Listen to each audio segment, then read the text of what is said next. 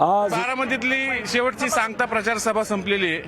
खरं तर पवार साहेब काय बोलतील सगळी उत्सुकता होती, पण साहेबांचा घसा बसल्यामुळे साहेब फार जास्त बोलू शकले नाही. पण ही सभा खऱ्या अर्थाने कोणी गाजवली असेल तर मी म्हणेन रोहित पवार यांनी. कारण रोहित पवारांची ज्या पद्धतीने भावनिक भाषण केलं त्या पद्धतीनं आपण बघू शकतो सगळे सभा एकदम भारावून गेली होती. दादा काय सांगाल, आजची सभा खरं तर साहेबांनी गाजवणं अपेक्षित होतं, पण साहेबांचा घसा बसला होता, तब्येत बरी नव्हती. तर तुम्ही याच्यावरूनच समजून घ्या ना, म्हणजे या वयामध्ये साहेब महाराष्ट्र धर्म टिकवण्यासाठी आणि भाजपला सत्तेतून बाहेर काढून सामान्य लोकांची सत्ता आणण्यासाठी लढत आहेत. दिवसाला 3 सभा घेतात आणि काल परवा जळगाव त्या भागामध्ये गेल्यानंतर त्यांना व्हायरल झालं. आजारी असताना सुद्धा या सभेसाठी आले, म्हणजे लढवय्यापणा आपला साहेबांकडनं दिसतो. साहेब इथं उपस्थित राहणं आणि जे काय 4 शब्दात त्यांनी संबोधित केलं ते खूप काय.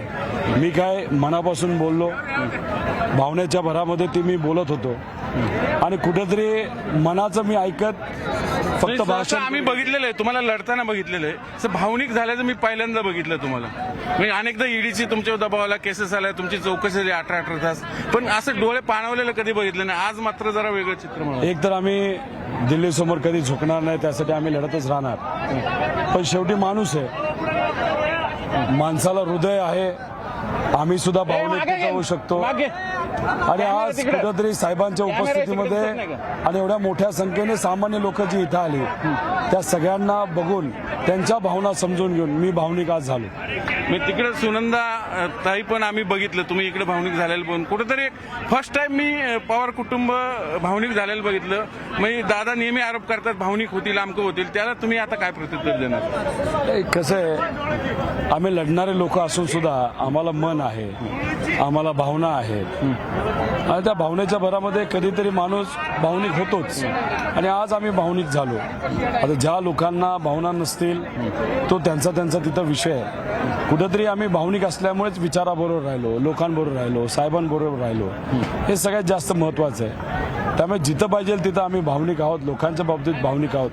पण जिथं पाहिजे तिथं आम्ही दगडाचं उत्तर दगडाला तिथं देतो, आम्ही कोणाला घाबरत नाही.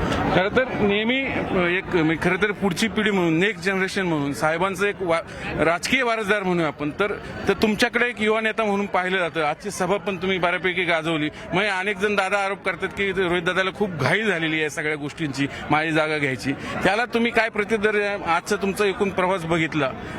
एक तर साहेबांनी जी भूमिका घेतली ती आमच्या सर्वांसाठी महत्वाची आहे. दादा उलट त्यांची जी हक्काची जागा होती तिथून ते पळून गेले, भाजप बरोबर गेले, स्वार्थासाठी गेले. त्यामुळे अजितदादांची जागा मी कशाला घेईल. आणि मी नेहमी तिथं सांगतो की आम्ही तर उलट 7 डाऊन 8 डाऊनला तिथं क्रिकेट खेळायचो. आमच्या आधीचे सगळे नेते भाजप बरोबर स्वार्थापोटी तिथं गेले. आता जिथं आहोत तिथं आमच्या हातात बॅट आहे, पुढे मोठे मोठे खेळाडू आहेत, बॉलर आहेत. तर जसं जमतं तसं खेळावं लागेल आणि खेळत असताना लोकांना पटतंय, प्रतिसाद चांगला मिळतोय आणि आमच्यात सुद्धा युवा म्हणून कुठेतरी क्षमता आहे आणि ती क्षमता तिथं. आणि आम्ही असं नाही ना की घरात बसतो फक्त भाषणाला येतो. 18-18, 20-20 तास आम्ही सर्वजण काम करतोय. मी एकटा नाही, सगळे पुरोगामी विचाराचे जे युवा कार्यकर्ते आहेत. आणि आज तिथं आम्ही लढत असताना जर अनुभवी नेते जे भूमिका बदलतात ते जर आमच्याबद्दल बोलत असतील, विरोधात बोलत असेल, त्याला आम्ही घाबरत नाही. लोक काय म्हणतात हे आमच्या सर्वांसाठी महत्वाचं आहे. आणि जागा कुणी कोणाची घेत नसतं, लोक ती जागा देत असतात आणि ते जास्त महत्वाचं आहे. आजच्या सभेतही दादांनी पुन्हा एकदा तेच आवाहन केलं की तिकडे भावनिक आव्हानं होतील, तुम्ही त्याला बळी पडू नका. काय सांगाल शेवटचं बारामतीकरांना शेवटचं आव्हान काय? आता कुठंतरी माझी टिंगल सुद्धा, मी जो भावनिक झालो, माझी टिंगल केली असं मला कुठेतरी कळतंय. अहो दादा, आम्ही भावनिक आहोत, आम्हाला हृदय तरी आहे, त्यामुळेच आम्ही साहेबांबरोबर आहोत.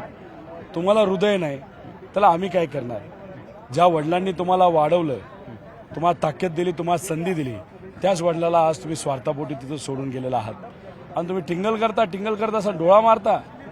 मग ह्या सगळ्या गोष्टीतून कुठंतरी दादांची खरी भूमिका कळते. तर दादांना सगळ्याच गोष्टी लाईटली घ्यायच्यात आणि कुठेतरी पैशाचा एक अहंकार, सत्तेचा अहंकार दादांना आलेला आहे. ते कुठेतरी सामान्य लोक नक्कीच उतरवतील असं आम्हाला वाटतं. काय वाटतं, निकाल किती, लीड किती? 3-3.5 लाखाची लीड सुप्रियाताईंना नक्कीच मिळेल असं आम्हाला सगळ्यांना वाटतं.